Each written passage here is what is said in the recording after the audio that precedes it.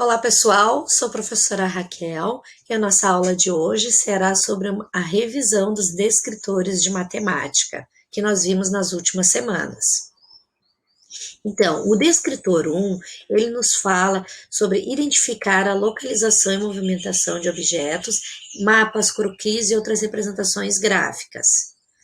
Aqui, como um exemplo, eu trouxe um mapa, né, aonde que tem as coordenadas de navios, submarinos, tiro na água e tiro certo.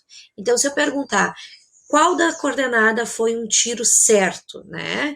Então, ó, um tiro certo foi no C2.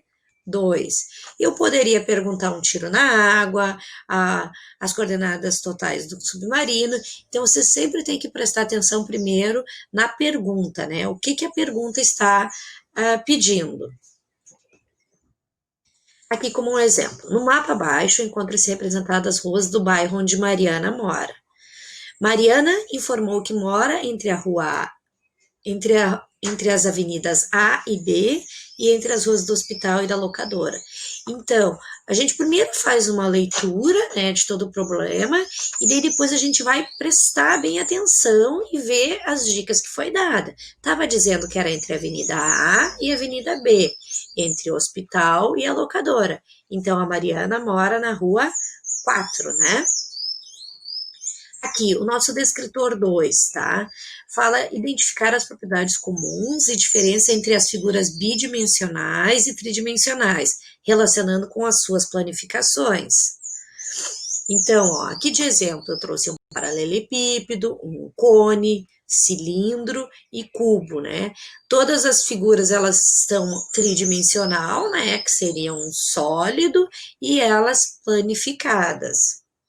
Então, sempre tem que lembrar que a figura, ela é tridimensional, né? Por exemplo, aqui, ó, esse aqui seria um exemplo de um cilindro, ó. Então, aqui é o sólido. Se a partir do momento que eu abrir isso aqui, eu vou ter uma circunferência em cima, uma circunferência embaixo. E eu abrindo essa parte aqui, eu vou ter um retângulo, né? Então, a gente sempre tem que prestar atenção e lembrar que tem a figura em todos os lados, né? Não é só o que a gente enxerga, assim, a parte de cima, a parte de baixo e assim por diante. Ali, o desenho abaixo representa um sólido. Qual é a planificação desse sólido? Então, ó, o que a gente tem que ver? Que o que a gente enxerga aqui na frente tem lá atrás também. E, ó, então, ó, eu abrindo, ó, eu vou ter um triângulo em cima e um triângulo embaixo. Então, a gente vai indo pelas alternativas, ó. Isso aqui tem triângulo dos dois lados, então já não é. Então, aqui, ó, tem um triângulo em cima e um triângulo embaixo. Então, se é uma figura que tem 3 lados em cima e embaixo, nos lados ela também terá 3 lados, ó. Então, fechou com a alternativa B. O nosso descritor 3, identificar propriedades de triângulo pela comparação das medidas de lados e ângulos, né? Então, ó, os triângulos assim que a gente mais utiliza, né? Seriam os 3 lados iguais, que é um equilátero. Lembrando que se são os 3 lados iguais, os ângulos internos dele também será igual. 2 lados iguais seria 2 ângulos iguais e um ângulo diferente, que é o triângulo isósceles. E 3 lados diferentes, consequentemente, os 3 ângulos também serão diferentes, que é um triângulo escaleno. E temos o nosso triângulo retângulo, né? Lembrando, gente, que sempre o triângulo retângulo não vem especificado o valor que tá aqui, mas que nem eu já falei para vocês, o triângulo retângulo é o que forma o L, né? Ele é um ângulo de 90 graus. E outra coisa muito importante que vocês precisam saber, que o triângulo, a soma dos ângulos internos de um triângulo sempre será 180 graus, tá? Então, aqui, Alex observou que as vigas do telhado da sua casa formavam um triângulo retângulo, conforme a ilustração a seguir. Então, ó, o que eu acabei de falar, ó, esse ângulo aqui é um de 90 graus. Então, pergunta, se um dos ângulos mede 37,7, quanto mede os outros ângulos, né? Então, eu tenho que somar, tá?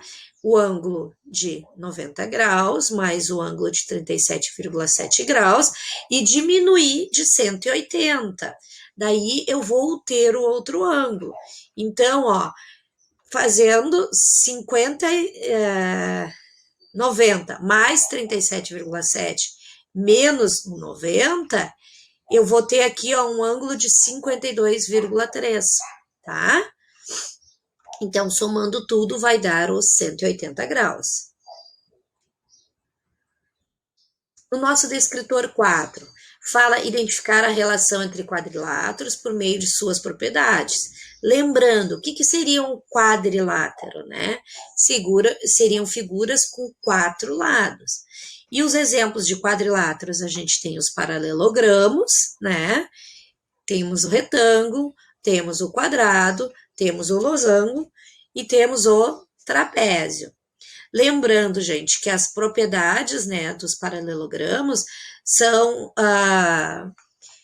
lados opostos são paralelos, tá? Então, aqui, ó, o paralelogramo, este lado é paralelo a esse e este lado é paralelo a esse. Então, tem pares de lados opostos paralelos, né? Então, aqui o retângulo também, tá? O quadrado também. O trapézio é que vai ter um par só de lados opostos paralelos, porque estes lados aqui, eles vão ser transversais. A partir do momento que eu aumentar aqui, ó, eles acabam se cruzando. Então, o retângulo, o quadrado e o losango tem 2 pares de lados paralelos e o trapézio tem um par de lado paralelo, né? O retângulo e o quadrado, eles têm 4 ângulos retos, né? Que seria o quê? As mesmas medidas. E tanto o quadrado como o losango, todos os lados são iguais, todas as medidas são iguais. Daí aqui um exemplo, né? Alguns quadriláteros estão representados na figura abaixo. Qual dos quadriláteros possui apenas um par de lados paralelos? Então, ó, que eu acabei de falar, o losango, o retângulo e o retângulo, ele tem 2 pares de lados paralelos, né? Então, o trapézio seria a resposta certa, que ele só tem um par de lados paralelos. O nosso descritor 5, tá? Que fala sobre reconhecer a conservação, modificação de medidas dos lados do perímetro, área, ampliação ou redução de umas figuras em malhas quadriculadas, né? Então, ó, o que vocês precisam saber? Que quando a gente faz uma ampliação ou uma redução de uma figura, a figura não se modifica, ela fica sendo a mesma, tá? O que muda vai ser os lados, mas se eu mudo 2 vezes a parte de cima, eu tenho que mudar 2 vezes a parte de baixo. Eu tenho que ampliar ele sempre igualmente, que senão não fica sendo uma ampliação, tá? Então, aqui pergunta, ampliando-se o triângulo ABC, obtém-se um novo triângulo. Em cada lado é o dobro do seu correspondente. Então, ó, o que acontece? Eu dobro a medida desse lado, também irei dobrar desse, também dobrar desse.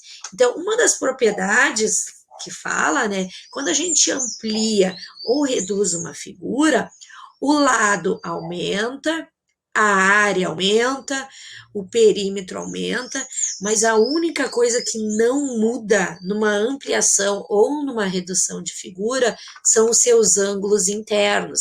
Eles permanecem sempre o mesmo. Então, aqui pergunta, em figuras ampliadas ou reduzidas, os elementos que conservam a mesma medida são os ângulos, né? Porque a área vai mudar, o perímetro vai mudar, os lados irão mudar, mas os ângulos vão permanecer os mesmos. No nosso descritor 6, reconhecer ângulos como mudança de direção ou giros, identificando ângulos retos e não retos, tá? Lembrando, né, gente, ângulo reto é aquele nosso de 90 graus, e o ângulo não reto seriam todos os outros ângulos, tá? Então, ó, os ângulos retos são os que formam o L, que eu gosto sempre de lembrar, né? E daí tem o ângulo menor do que 90 graus e o maior do que 90 graus, né? Menores de 90 graus é ângulo agudo e maiores de 90 graus são os ângulos obtusos. Aqui na pergunta pede, um navio pirata faz as seguintes mudanças de direção como mostra a figura a seguir. As mudanças de direção que formam ângulo reto, lembrando, ângulo reto de 90 graus, o da caixinha, né? Estão representados nos vértices. Então, aqui, ó, o que acontece, ó? Esse aqui, ó, é um ângulo agudo, porque é menor de 90 graus. Aqui é um ângulo obtuso. Aqui é um ângulo reto. Aqui é um ângulo reto. Aqui é um ângulo obtuso e ângulo obtuso. E a pergunta é quem são os ângulos retos. Então, seria C e D, tá? Pessoal, mais uma vez, muito obrigada pela atenção de vocês, tá? E até a nossa próxima aula.